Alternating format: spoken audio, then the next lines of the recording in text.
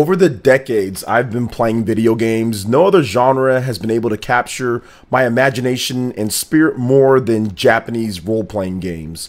So in this video, for the first time ever, I will be breaking down my top 25 best JRPGs of all time.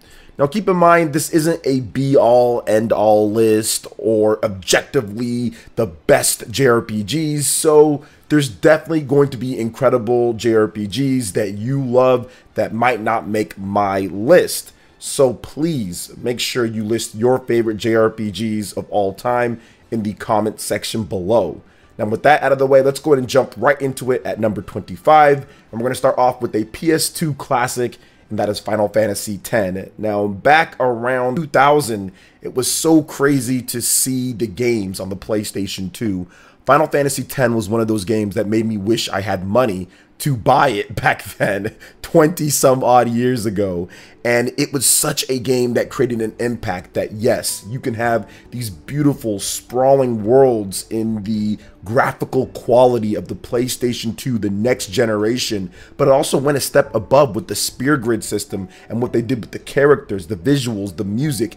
Everything was a clear and obvious step above what we got with the PlayStation 1 and the Final Fantasy games. From a simple presentation standpoint, the jump was immense. It was immediately noticeable, and you wanted to get wrapped up in the whole aura of Final Fantasy. I remember playing this game so much, going to the mom and pop shops and having a memory card that I would always use so I can go back there, give them $1, play for an hour, and then have to go back until I can make my next dollar or so to play it, until I was eventually able to actually pick up the game myself and play it all the way through on the PS2. And I recently bought the game again on the PlayStation 2 and played it via backwards compatible on my PlayStation 3, the original PlayStation 3s back when those launched, which are great systems by the way.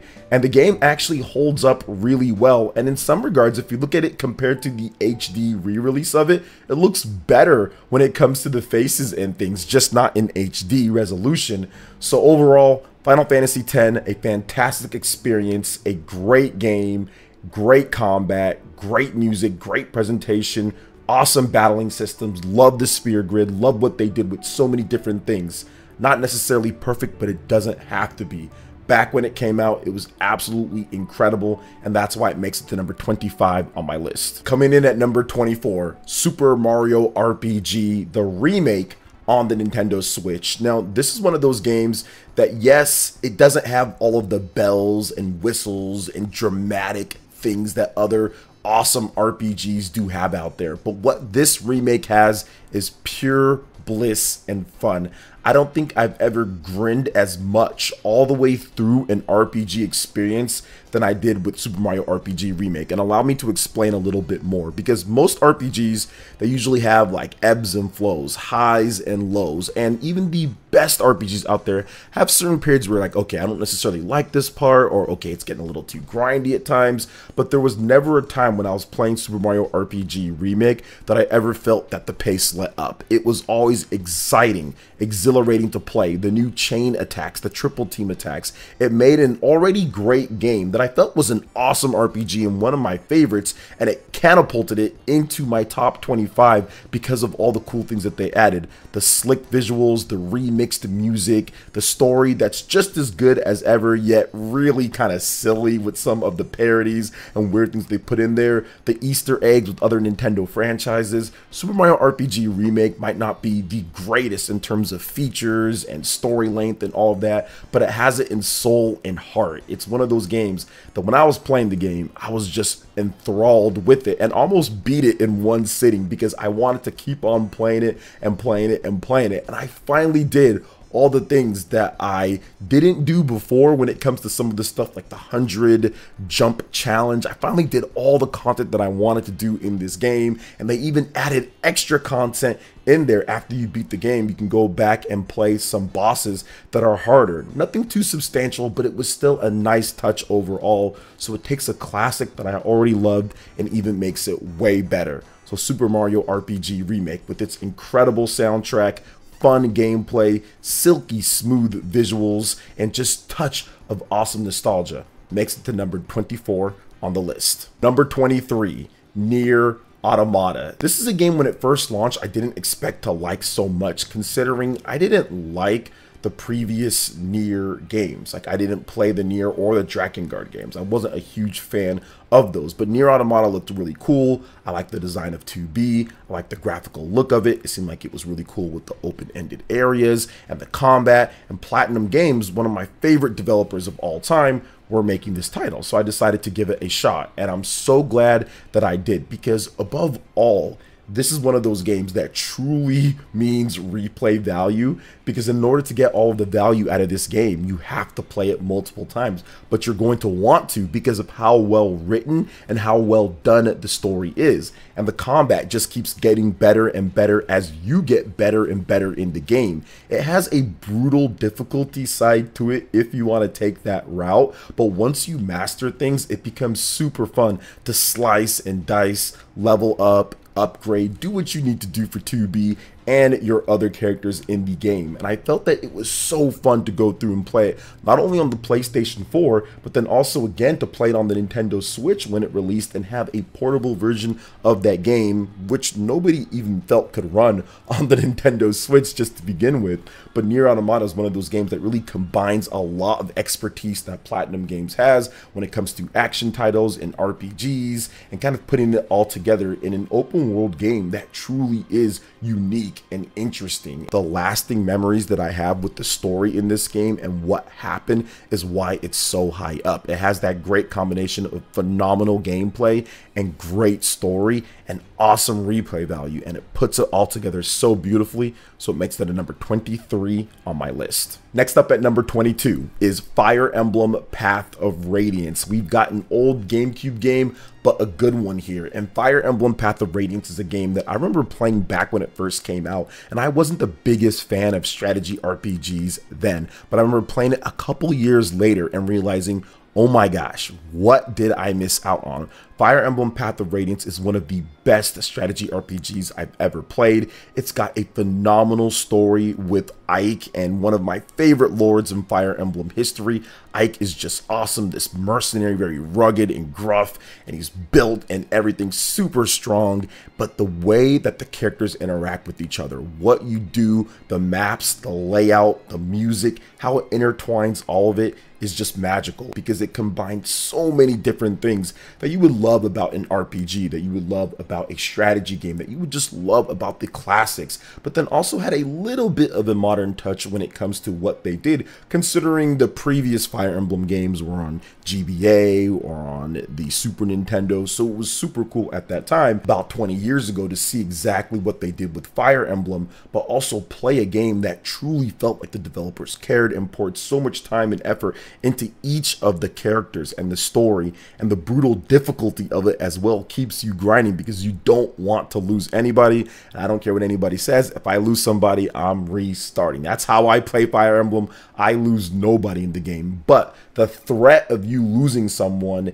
and that person's gone forever, they're actually dying in the game, was enough for me to really kind of speak to me in terms of a gamer, to make sure everybody makes it through. And you've got great tools to do that, making sure that you allocate who beats who so everybody levels up equally, to where you're not under leveled for certain characters later down the line. Fire Emblem Path of Radiance is phenomenal, one of the best strategy RPGs ever, and absolutely deserves to be number 22 on my list. Coming in at number 21 is Pokemon Fire Red. This is a game that I put so many hours into back in the day. It's a remake of the original Red and Blue, but with so much more added content, increased graphics, and just overall presentation boost, gameplay boost, speed.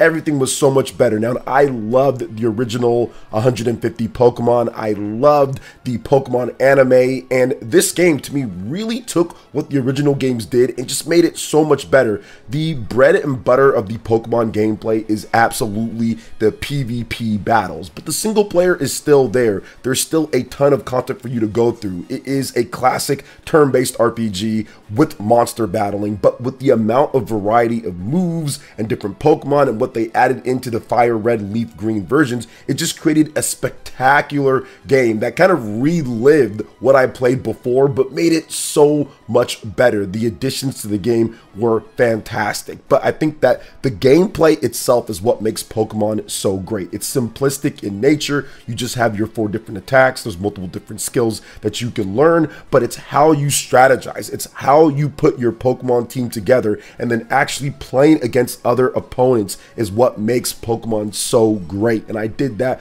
quite a bit when I could with the GBA back in the day with Pokemon Fire Red. I specifically like the story in this game. I know it's pretty simplistic and basic for most people, especially compared to other Pokemon stories, but I still felt that it was good. It was good for what it was, and I think that it took the monster battling remakes, stuff that we get now in today's day, it took the remakes and took it to the next level for a portable experience to have that type of game anywhere that you want. So Pokemon Fire Red makes it in at number 21 on my list. If you're enjoying the video, please make sure you hit that like button and subscribe if you haven't already done so. But let's go ahead and continue on with the list here at number 20. And we have Xenogears from the PlayStation 1.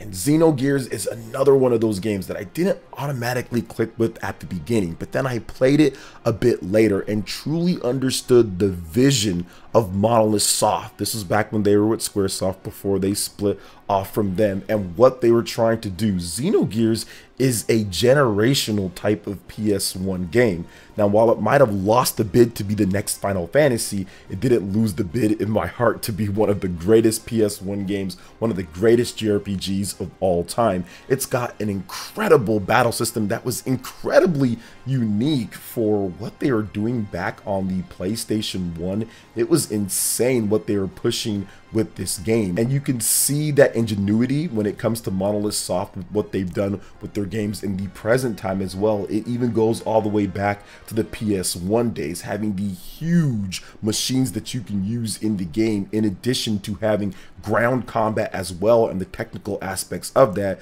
But just like any other Monolith Soft title, it's all about the story and what they try to interweave and twine, and the start of that with Xenogears is truly incredible. It is just a sight to behold, and what I love about it is the characters in the game, how they interact with each other. It's not a perfect game by any means, but Xenogears has so much flavor, so much style, so much sauce. I find myself going back to it a lot. So Xenogears absolutely needs a remaster. They need to bring that game back. Square Enix, what are you doing when it comes to Xenogears? But yes, one of the best games of all time, one of my favorite JRPGs, in at number 20 on the list. Coming in at number 19 is Dragon Quest VIII. This is a PS2 classic that I felt was so incredible back when I played it on the PlayStation 2 because of its expansive universe, great characters, fun battle system, and good pacing as well. It had the right amount of difficulty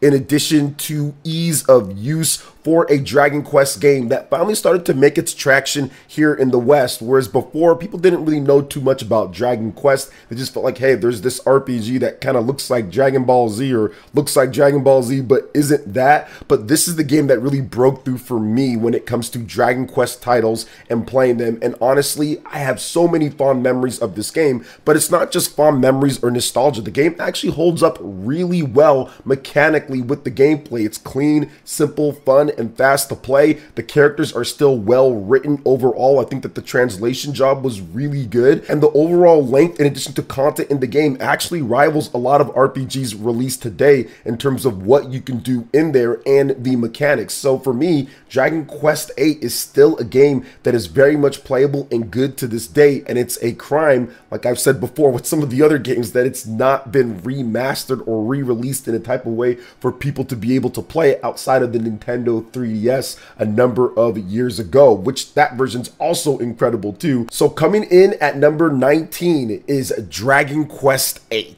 Next up at number 18 is Triangle Strategy. Now, there are a lot of strategy RPGs that people might have above this one, but Triangle Strategy really spoke to me as someone who loves the classic aesthetic, the 16-bit RPGs out there. Triangle Strategy is a game that really encompasses all of that, but I loved the background, the history, the lore, the salt in this game and how everything just essentially comes from salt. And the funny thing about salt is I learned so much about salt when it comes down to it. I never really thought that salt was a big deal, at least in my own IRL. But man, salt is really important for your body. It's really important. And if there was a shortage or a war on that, what would happen? Well, Triangle Strategy lets us know about all of this, but it's rich in history, lore, and it has great quality of life features, being able to pull up who you're talking about or who this person is, or potential affiliations or backstabbing, the different routes that you can go, the decisions that you can do, the scales of conviction and the gameplay, the, I would say, probing of finding out what you can do to turn people to your cause. You truly feel like a leader in this game when you play as Sarah Noah, but recruiting different members and doing different side quests and having the encampment in there, to where one of the best, absolute best quality of life features that I've ever seen in a JRPG. Triangle Strategy has so many awesome qualities that some people might have overlooked. Now, the gameplay overall doesn't have the most depth when it comes to the actual combat, but it's still really fun with the kudos system that rewards you for playing smart, doing backstabs and double team attacks and different things. So to me, Triangle Strategy, absolutely one of the best strategy RPGs that I've ever played, one of the best JRPGs out there. It makes it number 18 on my list. Coming in at number 17 is Secret of Mana, a Super Nintendo classic, and this to me was one of the more innovative early 90s RPGs out there, because I was used to playing turn-based games and also playing single-player games back then, but this was a Japanese RPG that was not only action RPG, but it was also multiplayer as well. You can play it single by yourself, you can play it with 2 people, you can play it with 3, and I used to play it all the time with my brother and his friend, and we had a blast rolling through. You have fantastic visuals with a lot of variety within the environments. You've got great hack and slash type of gameplay, leveling up, new abilities, skills, and all of that. You've got great Mode 7 graphics, which was a staple of some of the biggest Super Nintendo RPGs of the time, and you've got phenomenal music. The soundtrack is absolutely beautiful. That's going to leave you in awe sometimes how they put together the scenes with the music. The composition is absolutely great. So for me, this was the full package type of Super Nintendo RPG. I think it's still highly replayable. It's smooth. Loading times were fast even back then. This is a fantastic game, and it holds up incredibly well, which is why people loved it on the collection of Mana when released on the Nintendo Switch. So Secret of Mana makes it in at number 17 on my list. Coming in at number 16 is Octopath Traveler 2. This is, to me, the pinnacle of the HD 2D RPG systems. If you love the old school 16-bit RPGs like myself, Octopath Traveler 2 does so many things right overall. I think that the combat is really good. The addition of latent powers is super cool. And I think that they take some of the balance that they had problems with before in the past with Octopath Traveler, some of the issues with Bravely Default, because that's kind of an offshoot from that series. They put it together, but then also enhance it in so many different types of ways. And overall, from a graphical perspective, this is the best that HD 2D has ever looked, in my opinion. The artistic direction of Team Asano is second to none with this style of AA game. So Octopath Traveler 2 is one of those games that if you play it, you'll see so many cool little things, nods to old school RPGs that make it great, but the combat is really where it heats up, really where it makes its money overall with how good this game is. I love the breaking, I love the different mechanics that you have in there, I love the different classes that you can get, the different weapons that you have, the areas, locations, the different little things overall, the intertwining or better intertwining stories, not completely intertwined as maybe people would like, but still better intertwining than the first game. Octopath Traveler 2 has so many awesome things. It's a phenomenal game that does so many of the little things right, and that's why it makes the number 16 on my list. Number 15, Final Fantasy 9. And Final Fantasy 9 is one of those games that I put on my 10 out of 10 type of titles, because I think it takes up pretty much everything that Square Enix learned from the PS1 era of RPGs and kind of all puts it together. And it turns out to be a game that has incredible story, incredible music, incredible gameplay, and awesome world building. And combining all of that with everything that they know about the PS1, it turned into a phenomenal experience that didn't quite click with me at the beginning, but ultimately I ended up loving the game so much. And I think that's why Final Fantasy IX is so high up for many people out there. And I think that the story really, I think that's really where it takes it to the next level, is the story combined with everything and the gameplay and the classic Final Fantasy awesomeness that we all know and love. So Final Fantasy 9 makes the number 15 on my list. Number 14, Xenoblade Chronicles 2. And this might be a little bit controversial for some out there with this game, but not for me, because Xenoblade Chronicles 2, despite some of its faults with the blade system, with some of the side quests, the fetch quests, and different things, it does so many other things good. Let's talk about the graphical presentation and perspective in addition to the music.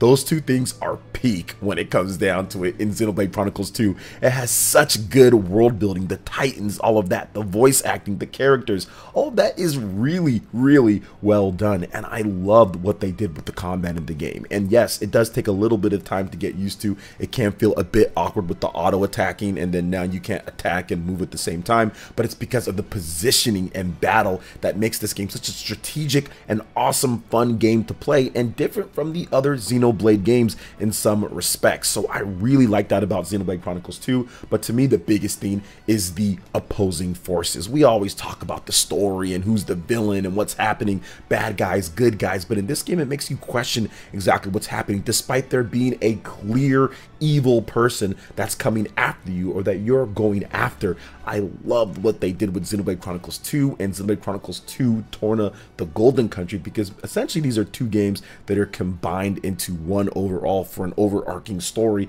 and these titles really do some awesome things combat wise, switching it up in Torna the Golden Country, but then also story wise, the overarching story in the Xenoblade franchise. So for me, with the combat, the music, the characters, the story, the everything, the vibes in this game, Xenoblade Chronicles 2 makes it to number 14 on my list. Number 13, Skies of Arcadia Legends. And I don't know what Sega is doing. Where is this game at? But to me, it's still one of the best, a 10 out of 10 type of game for me. Skies of Arcadia Legends takes the original Dreamcast game and makes it even better with new quests, the rogue or legends battles that you can do, the wanted ones, in addition to some updates to the game as well, quality of life features. But overall, it's still the same great game that we got, but even better on the Gamecube. And what I loved about this game, it didn't have a combat system that was, oh my gosh, so in-depth and so innovative with what it did, but it had a two-tiered type of system. You have the ground combat, which was cool, your standard JRPG stuff, that's awesome, with the super attacks, a shared SP bar, regular attacks, magic, different things that you can do, different type of classes with each character, your strong attack characters, your magic users, your range users, multi-hit users. But then you also had the airship battles as well, which had another layer of strategy. Once again, nothing too crazy overall, but was still super fun to play as, and something different in the early 2000s when it comes to JRPGs. So Skies of Arcadia kind of put it all together. And if you're talking about the music, and if you're talking about the story and the characters, that's where this game really shines. The characters have their own vibe, have their own motivations, have their own will, it seems. You don't exactly know exactly what's going on with each character until you finally reveal it, and it finally happens towards the end. And there's some crazy sacrifices and different things that happen to each character that are definitely kind of like heart-tugging when it comes down to it. So I loved every bit of this game. I think it's phenomenal, and it absolutely needs some type of re-release or remaster on modern systems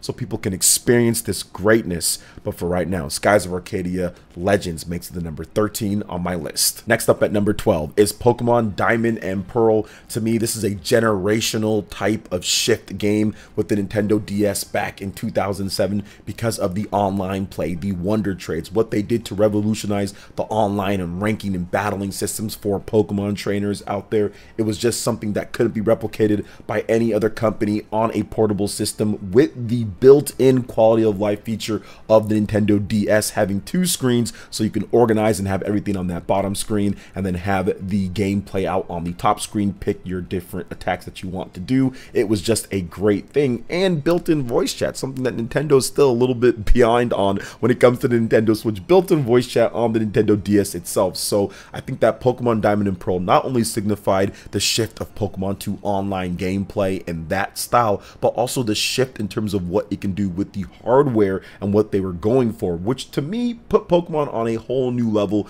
gameplay wise, being able to connect to other Pokemon trainers worldwide and play. But the game itself was awesome. I loved the designs. I loved the different Pokemon in the game. I liked the story in Diamond and Pearl. I didn't think that it was bad at all, and I felt that the gameplay was really refined, and the new Pokemon designs, while not necessarily the best when it comes to a new generation, were still really good and fun to use. So I really enjoyed the extra content as well after you beat the game, and some of the underground things that you can do. It really struck on lots of different levels, and the music is still, to this day, we play it during my streams. It's fantastic music overall. So Pokemon Diamond and Pearl makes the number 12 on my list. Coming in at number 11 is Persona 5 Royal, and this game royally improves on everything when it comes to the base of Persona 5. Some things that I found so annoying, like Mementos for example, is streamlined and better in Persona 5 Royal. If you look at the combat in the game, streamlined a little bit more, better as well. Sleek press turn system. This is still one of the best systems overall for turn-based RPGs. You have that weakness, you exploit that weakness, you get that extra turn. Persona 5 does it so sleekly, so stylistically, with the menus and the fonts and the sound effects. It's just so fun to play, and it clicks every time you get that hit, every time you connect with that magic, every time you get that critical, every time that you get that all-out attack, every time you have that stylish pose. It's just super cool overall. Persona 5 Royal is its own character, it's its own beast overall, and it catapulted the Persona series into superstardom overall, being one of the best-selling JRPGs of all time, and one of the games that still, you look at the social links, you look at the story, you look at the graphics, the music, everything combined, all of it, it's hard to say many games in the JRPG realm or just overall are better than what they've been able to do. The added royal content is awesome with the female MC as well, what she can bring to the table and your party, some of the different things that happen in the game, the other quality of life features. Persona 5 Royal is the real deal and complete package, and that's why it's number 11 on my list. Next up at number 10 is Pokemon Heart Gold and Soul Silver. And listen here guys, Pokemon Heart Gold Soul Silver by far has the best name for any JRPG out there, because it speaks to what PlayerEssence is about. Heart, soul, essence, it all plays into it. So I love that name, Pokemon Heart Gold Soul Silver, and it lives up to that, because this game has a ton of heart and a ton of soul overall. When you see the different Pokemon designs, to me this is the best generation transfer. So from Gen 1 to Gen 2, Gen 2 to Gen 3, what was the best transfer in terms of designs and overall look with new additions to Pokemon? To me, this is the best one. Sneasel, that's an awesome new Pokemon. Steelix, there were so many cool looking Pokemon. The addition of Darkness Pokemon, Steel Pokemon, and what that did to competitive play, not only playing by yourself single player and going through and having to deal with Steel Pokemon that are freaking resistant to everything, but exploiting them with certain types like fire for example, but also Darkness Pokemon as well that had high attack range, but then also can be punched to oblivion by a fighting Pokemon, and also something to counter once again the different ghost users or psychic users. So it was really cool to have all of that, and then all of the quality of life updates, the rehauled graphics, the Kanto region, everything that they did with the side content in the game, the post-game content, still to this day might be the best post-game content that Pokemon has done without DLC being added in there. It was all packed into that tiny little cartridge in that remake back in 2010. Pokemon Heart Gold Soul Silver, one of the best, a 10 out of 10 RPG for me, and that's why it makes the number 10 on my list. Coming in at number 9 is Final Fantasy VII, and this is another one of those generational, genre-defining type of games for a system and the PlayStation 1. Back when this came out in 1997, when you saw those commercials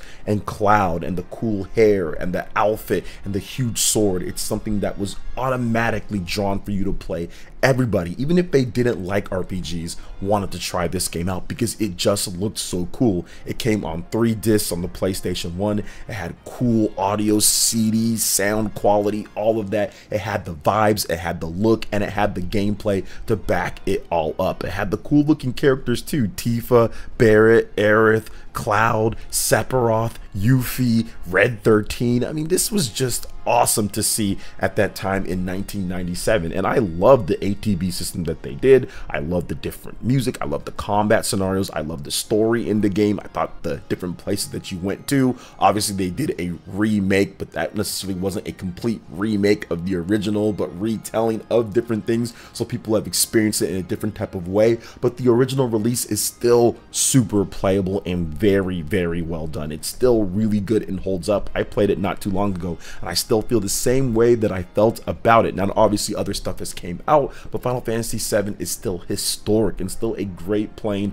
RPG overall, which is why it makes the number 9 on my list. Coming in at number 8 is Lost Odyssey, and this is a game that I'll never again let another outlet let me know like what to play when it comes to JRPGs. I'll look for reference, but I'll never say, okay, this is the reason why I buy or not buy. And I let that happen with this game, with Lost Odyssey, with IGN back in the day. And when I played it a couple years later after it came out in 2008, I swore to myself I'd never let that happen again, and I haven't since then for a decade plus. And I think that Lost Odyssey is one of those games that it's so good and so underrated overall because of what it does with these short stories. The short stories invoke certain emotions in a long RPG that you're going to need to get through to understand the main character's plight, to understand his family and what he's trying to do in the game. But overall, the combat, this is Hironobu Sakaguchi. This is the Final Fantasy creator, and honestly, if he didn't leave Square Enix, this could be a Final Fantasy game. This has that Final Fantasy type of vibe. Lost Odyssey, just like Final Fantasy, is really, really good, and it's symbolic in its name overall. There hasn't been anything since then, but I think that's okay in terms of how the game wrapped up and everything. But I love the ring combat system. I think the music is fantastic. The story is somewhat predictable at times, but if you infuse the short stories that go in there along with some of the twists and turns and what happens, it actually ends up being a very intriguing and great story that'll make you laugh, maybe make you cry, make you sad, angry, happy, sad, make you think about certain things, what's happening with different characters. And that's what you want from your JRPGs. That's what you want from your games. Lost Odyssey does that, and still to this day it looks great running on the Xbox One or the Xbox Series. You can play it backwards compatible. It's such a phenomenal and fun game. Lost Odyssey makes it number 8 on my list. Coming in at number 7 is Xenoblade Chronicles Definitive Edition, and the overarching story of Xenoblade Chronicles plays a part, as this was the original game in the series. The Definitive Edition makes the original game, makes it even better with what they've done with quality of life features and updates. But what makes Xenoblade Chronicles Definitive Edition so good, in my opinion, is the synergy between what they've done with the story, the gameplay, and how it all intertwines. Seeing the future, having Shulk, the Monado, and being able to intertwine that so seamlessly with the combat, leveling, and what happens in the game as the sole purpose on a greater crazy things that happens with gods and other stuff is so well done. I love that. Having the Monado and being able to have the Monado arts, being able to do different types of that, level that up, and have the gameplay, being able to stop certain things happening if a teammate was going to die, preventing that, changing the future, all of that stuff really speaks to me in terms of a fantasy or something that would be cool to experience if it was real.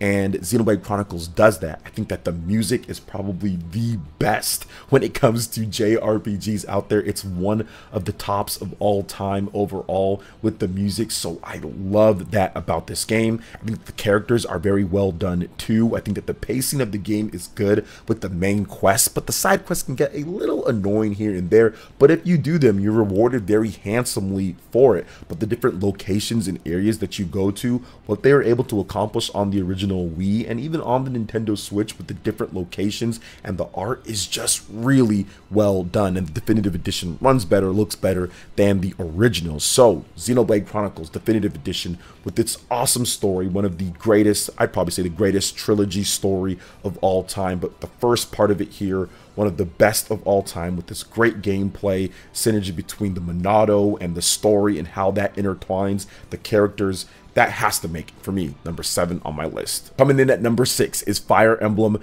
Three Houses, and the three-pronged attack that they used when it comes to the different houses with the golden deer, blue lions, black eagles, I think was brilliant, because it kind of gives you a little bit of an era of, okay, safetiness, or okay, this is going to be maybe not the hardest core or intense story, but that couldn't be further from the truth. You have essentially 2 games packed into one, depending on what path that you take. You have the pre-war, and then you have the in-war era, and things get dark real quick overall, which it already did happen multiple times in the first part, but the second part of the game can be brutal, especially depending on what side you pick. But I love the different paths that there are. There's tons of replay value and content in this game. They have the extra expansion with the Ashen Wolves as well. This is a complete experience from front to back when you're playing through, and as Fire Emblem strategy RPG gameplay, it's really refined and fantastic to go through. The maps are fun to play through. Graphics necessarily aren't the best, but the music and the art style makes up for it when it comes to the flashiness and the different types of attacks that you can do and what you can trigger, different enemies that you can fight. I think that the art is very well done in this game, and the music is just going to keep pumping and still be super good. There's so many phenomenal tracks in this game. It's going to get you through some of the toughest battles, because we all know Fire Emblem, it's a tough game. I mean, if you're playing it on the harder difficulty with the classic mode, where when your unit dies, it's done. And I did that in this game, and man, I barely got through that final boss. It took me about 15 hours, 14 hours. I know it took me double-digit hours, so it was crazy. And that's why I love Fire Emblem Three Houses. I think with all of the different type of content, with the type of story that it has, the amount of versatility with its story and its gameplay, what you can do with the different classes, the teaching, all of that, it's just so well done. So it makes the number 6 on my list here. All right, top 5 here, guys. Starting out at number 5, Final Fantasy VI from the Super Nintendo. This is one of the greatest 16-bit RPGs of all time, for good reason. I think that it has one of the most maniacal and best villains of all time with Kefka. I think that he's such a cool, deranged, unhinged villain.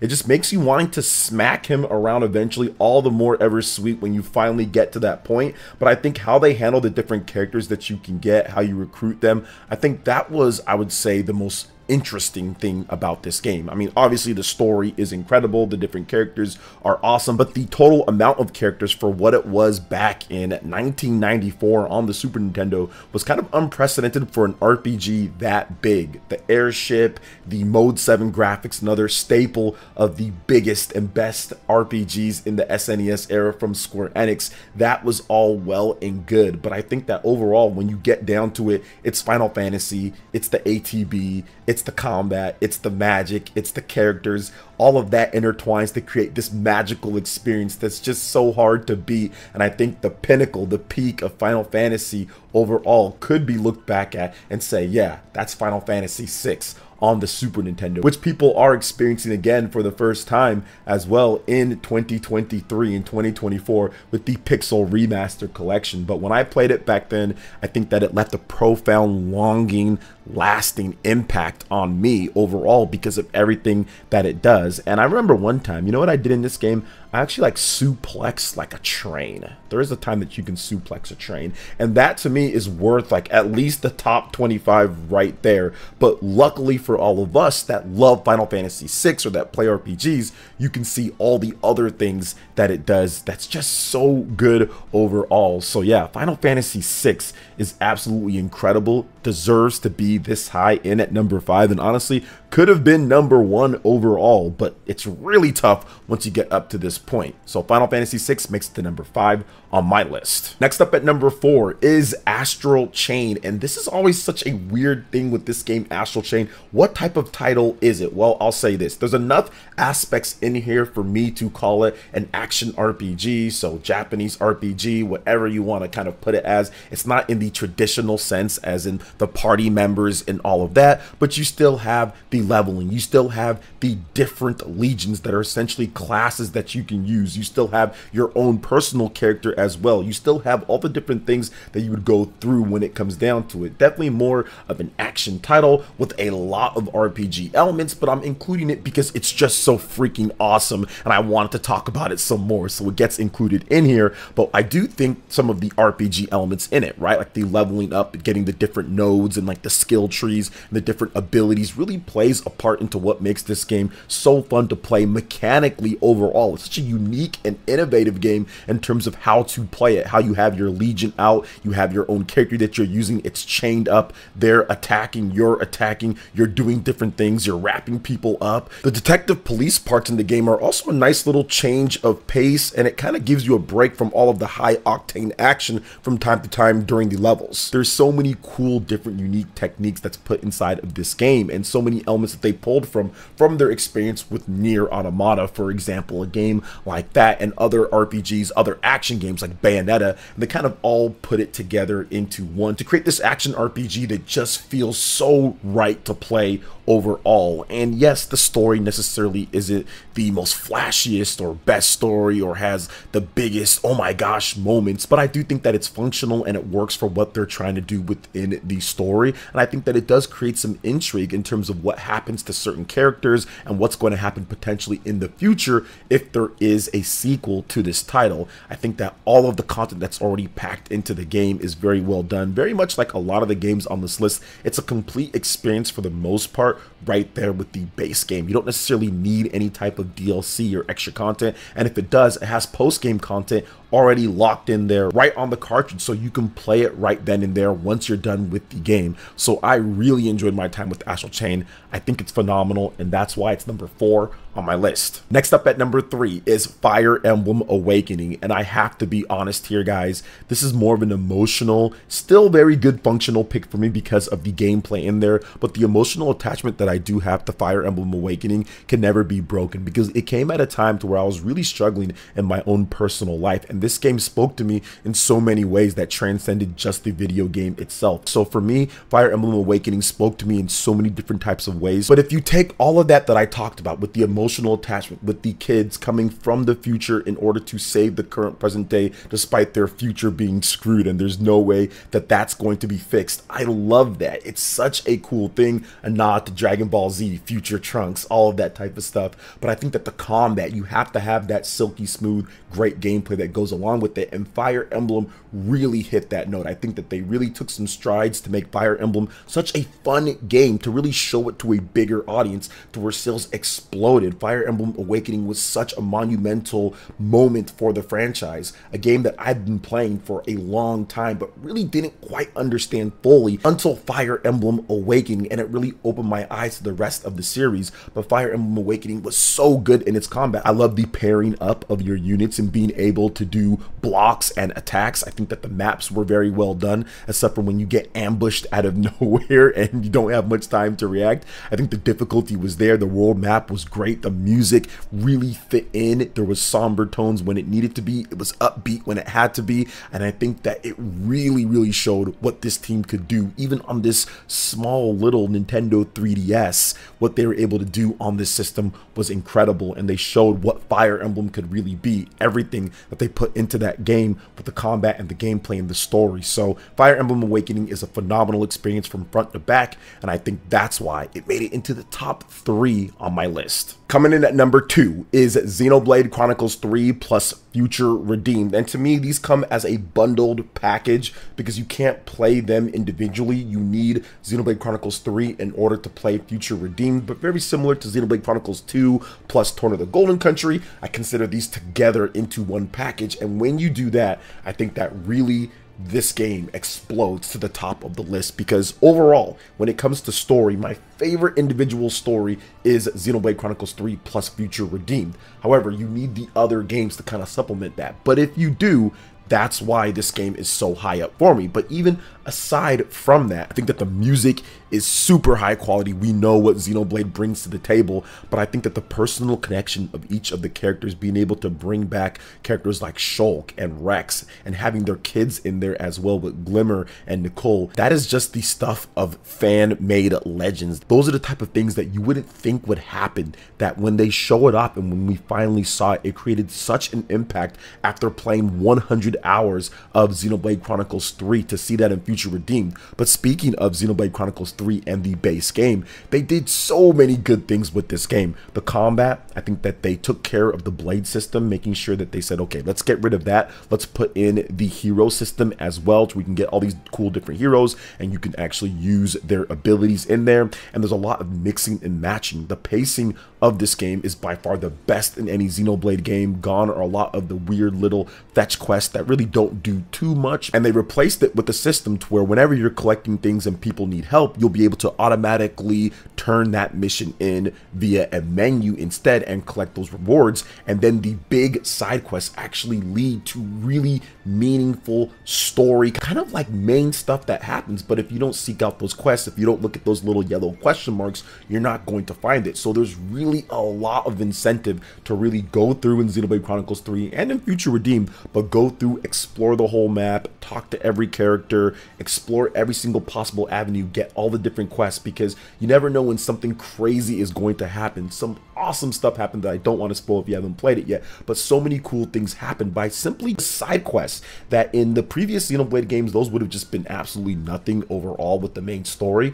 But in Xenoblade Chronicles 3, they turned those into their own thing, their own main quests that are side quests. So I loved it in this game. I think that the combat is the best in the series. The Uroboros is awesome to take advantage of. I love the story behind those characters and kind of what happens there. I like the teaming up and pairing up of the units going through. I like the pacing. I love how they worked in the Xenoblade Chronicles 2 to one of the Golden Country campfires and everything. So they kind of took all of the different pieces of what made Xenoblade Chronicles 1 and 2 awesome, cut out the stuff that wasn't so good, and really polished it up and added a whole nother layer on top when it comes to it. And it created, to me, the best Xenoblade game with Future Redeemed combined in there as well. So with all of that, Xenoblade Chronicles 3 plus Future Redeemed makes it the number 2 on my list. And coming in at number 1, it's the one and only Chrono Trigger from the Super Nintendo. And yes, the DS version is also awesome. The PC version does, and the PC version is okay now at this point, but Chrono Trigger to me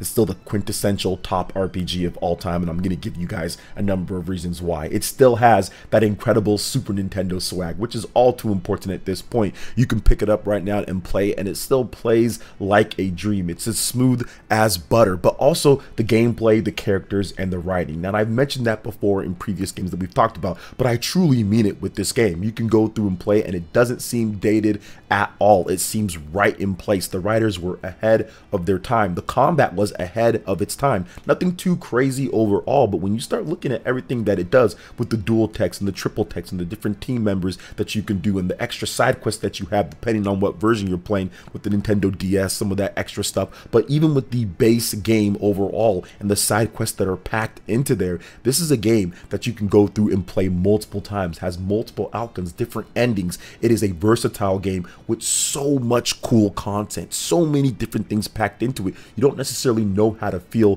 when something happens, or when you go for a different ending, or when you activate certain things that happen in the game. It's a game that feels great to play overall. The ATB system, or if you want to play it, there is an easy mode with the wait, strictly turn-based system as well. It gives you the versatility in order to play the game the way that you want to play it as well. Not a hard game, not a super long game, but a lot of replayability with New Game Plus, and simply just seeing all the different endings and doing different things that you didn't do before. Whether you want to take out Magus, whether you want to keep him, whether you want to see what happens with Glenn or Frog, however you want to say his name as well. Different things that happen if you do certain side quests or not. So for me, I explored this game fully. I think that the combat, the gameplay, the music, which is by far the best soundtrack of all time to me. This is the #1 soundtrack. You have like the best gameplay, best soundtrack, best graphics on Super Nintendo, or one of the best graphics for it. It has so many different things that is fitting of the name of the team that made this, with the dream team, with Hironobu Sakaguchi and Akira Toriyama and Nobuo Uematsu and everybody that put together this legendary game at Square Enix, Squaresoft back in the day. So Chrono Trigger, still the #1 game, still the best in my eyes, still holds up very much today, and to me is the #1 JRPG of all time. Thank you guys so much for watching this video. I do appreciate it. Please make sure you hit that like button, subscribe if you're someone new, click that notification bell, and check out my other Nintendo Switch and RPG videos right here on screen, like my top 25 Nintendo Switch games of all time. Thanks for watching. We'll catch you guys for the next one. Peace.